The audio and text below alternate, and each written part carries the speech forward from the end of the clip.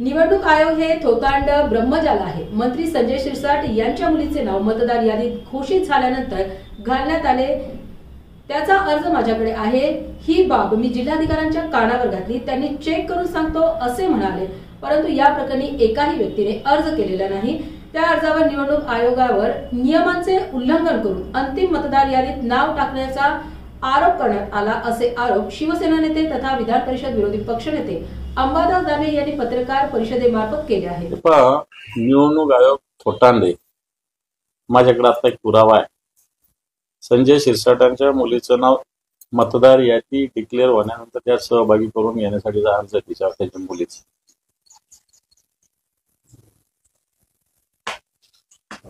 मी कलेक्टरांना हे पाठवलेलं आहे। कलेक्टर म्हणे मी चेक करतो, परंतु एका व्यक्तीनं अर्ज केलेला आहे।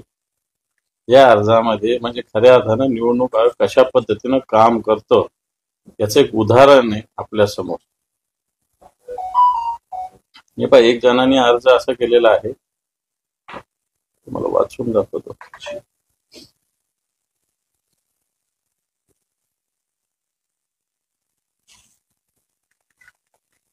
म्हणजे कशा पद्धतीनं काम चालतंय मी कलेक्टरना कळवलंय। नेमकं काय सांगतो ना मी। हे बघा, एक अर्ज आहे माझ्याकडं, नियमाचे उल्लंघन करून मतदार यादीत नाव टाकले बाबत राज्य निवडणूक आयोग वतीने 1 जुलै 2025 पर्यंतच्या व्यक्तीचे मतदान याद असेल किंवा नोंदणी त्यांनाच मतदान करण्याची किंवा मतदारसंघात निवडणूक लढवण्याचा अधिकार आहे असे प्रतिज्ञापत्र निवडणूक आयोगाने उच्च न्यायालयात सादर केलेले आहे। पण 26 ऑक्टोबर 2025 रोजी नोंदणी केल्याचे निदर्शनास आलेले आहे। हे जिल्हा परिषद व पंचायत समिती मतदार यादीमध्ये काही बडे राजकीय व्यक्ती व त्यांचे नातेवाईक यांची मतदार नाव घालण्याचे नोंद करण्याचा प्रयत्न करत आहे। सोबत ऑनलाईन पद्धतीने केलेलं नाव, हा अर्ज आणि हा शिरसाटांच्या मुलीचं त्याच्यातलं डॉक्युमेंट हे केलेलं आहे 27 ऑक्टोबर 2025। पालकमंत्र्यांकडून मतदार यादीत झालेला घोळ आहे। बिलकुल, मी कलेक्टरांना या संदर्भात बोललेलो आहे।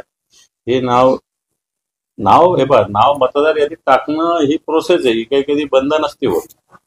पण मतदार यादीत कधी यायचं त्याचं लिमिटेशन ठरलेली आहे आणि हे तोडण्याचा प्रयत्न याच्यात झालेला दिसतो। कलेक्टर म्हणे मी कारवाई करेल, होते की नाही होते अजून मतदार यादी बाहेर आल्यानंतर या गोष्टी करेल, पण माझ्या माहितीप्रमाणे हे सगळे डिटेल्स माझ्याजवळ आहे। थोडक्यात याच्यात ठीक आहे ना, याच्यात अजून मी कलेक्टरांना बोललेलो आहे। एका BLOने याच्यात काहीतरी चुकीचं काम केलेलं दिसतंय, राजकीय दबावाखाली केलेलं दिसतंय। म्हणून याच्यात निवडणूक आयोग ज्या गोष्टी पद्धतीनं काम करतो ते जर बघितलं ते सगळं बायस काम निवडणूक आयोगाचं चालू आहे। काल एक आळंदीचा एक कार्यकर्ता आहे भारतीय जनता पार्टीचा, याच्या घरात 6 मतदान आहे, याच्या घराच्या नावावर 160 मतदानाची नोंद आहे। संजय बंडू जाधव खासदार आहे आपले, म्हणजे त्यांनी मला सांगितलं आपण पण चेक करू शकता।